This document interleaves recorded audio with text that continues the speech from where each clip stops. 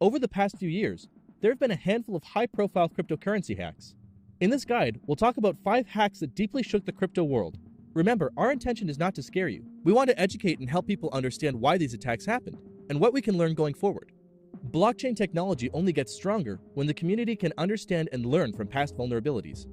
Number 1. The Mt. Gox hack. In 2013, Japan-based Mt. Gox, Magic the Gathering online exchange, was by far the biggest Bitcoin exchange in the world. It was the largest Bitcoin intermediary, handling 70% of the world's Bitcoin exchanges. Problems existed for Mt. Gox before the 2014 hack, including a fairly small hack in 2011. In hindsight, it was a disaster waiting to happen. One Tokyo-based software developer sat down for a job interview, but left with some huge red flags for Mt. Gox as a company and its users. First, they use no version control software, or VCS.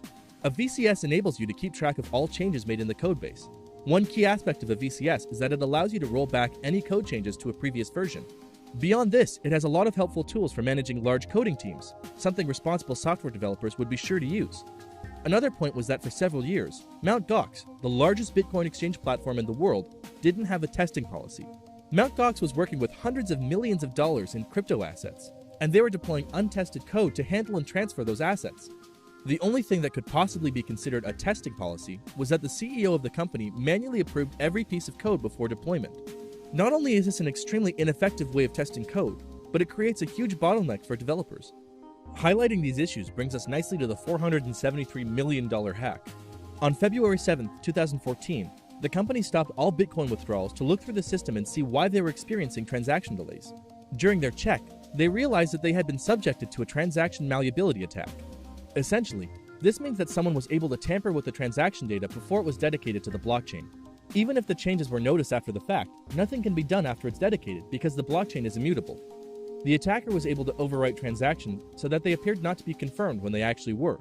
In doing so, they were able to withdraw $473 million worth of Bitcoin without the system noticing.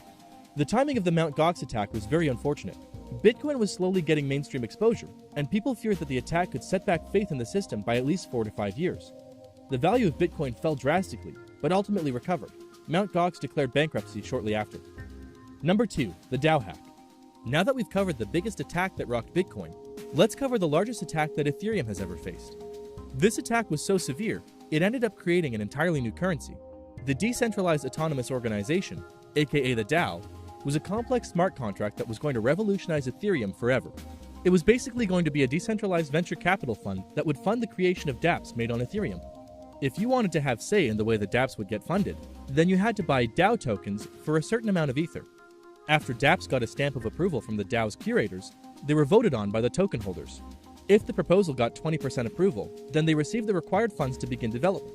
Within 28 days of its formation, the DAO accumulated over $150 million worth of Ether. At that time, it held 14% of all Ethereum issued. If someone wanted to leave the DAO, they would exchange their DAO tokens for Ether. The Ether would then be locked for 28 days before they could withdraw it to their personal wallets. On June 17, 2016, someone exploited this DAO exit loophole and siphoned away 1/3 of the DAO's funds, around $50 million. When someone requested to exit the DAO, the contract went through 2 steps. First, the contract would exchange the user's DAO tokens for Ether, and second, it would register the transaction in the ledger, updating the token balances.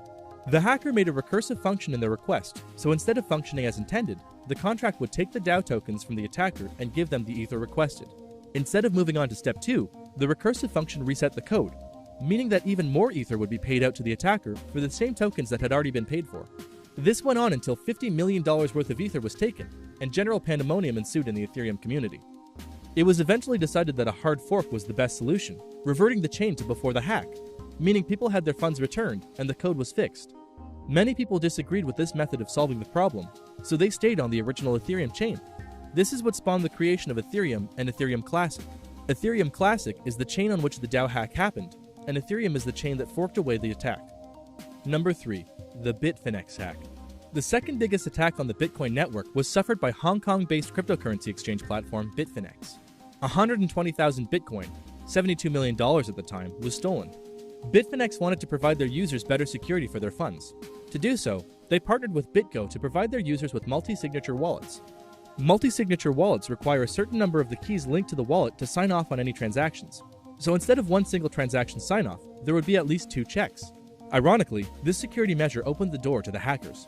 When the hackers attacked the Bitfinex servers, they had both the Bitfinex-controlled and the BitGo-controlled keys sign off on illegal Bitcoin withdrawals. The most credible theory on why this happened is that the system Bitfinex set up simply asked BitGo to do whatever Bitfinex said to do with the user's funds. Basically, the multi-sig wallets weren't multi-sig at all. There was one point of failure, and that was Bitfinex's servers. Much like the hacks before, the price of Bitcoin bore the brunt of the effects. Bitcoin fell nearly 20% to as low as $480 before it managed to recover. In response to the attack, Bitfinex issued a BFX token as an IOU to their users. As of April 2017, they've bought back all of their tokens and thus settled the debt to their users. Number 4. The Parity Multi-Sig Frozen Funds. While not a malicious hack like the previous three, what recently happened with the Parity Multi-Sig wallets deserves a mention. It's not often that someone accidentally freezes nearly $150 million worth of Ether. But that is exactly what happened to user DevOps199 when they accidentally killed several Parity wallets.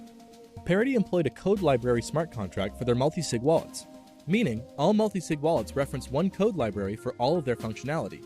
It turns out that it was possible to turn the Parity code library into a multi-sig wallet and thus become the owner of it by calling the init wallet function. Once they owned the library, they called the kill function, thus removing all of the code. Every wallet that relied on the logic and code stored within the killed contract no longer had any functionality, and thus all the funds were frozen. As of now, all the funds stored are still frozen. The only way to save the funds and return them to the users would be a hard fork, similar to the DAO solution. Once again, the community is deeply divided on how to proceed. A split to save the funds could once again cause a third Ethereum currency to be created. Only time will tell. Number 5. NiceHash hack. On December 6, 2017, Slovenian-based mining company NiceHash lost 4,700 Bitcoin, or $80 million. The CEO didn't reveal much about the attack, except to say that an employee's computer had been compromised. Their credentials were then used to gain access to the NiceHash payment system and drain their wallet. This hack was not because of any vulnerability in code deployed to the blockchain, but serves as a stark reminder that personal responsibility is still a key factor in keeping your assets secure. The blockchain itself may be highly secure and immutable, but if someone has access to your computer or private keys, you're highly vulnerable to an attack. In essence, the purpose of this guide is to promote growth and awareness.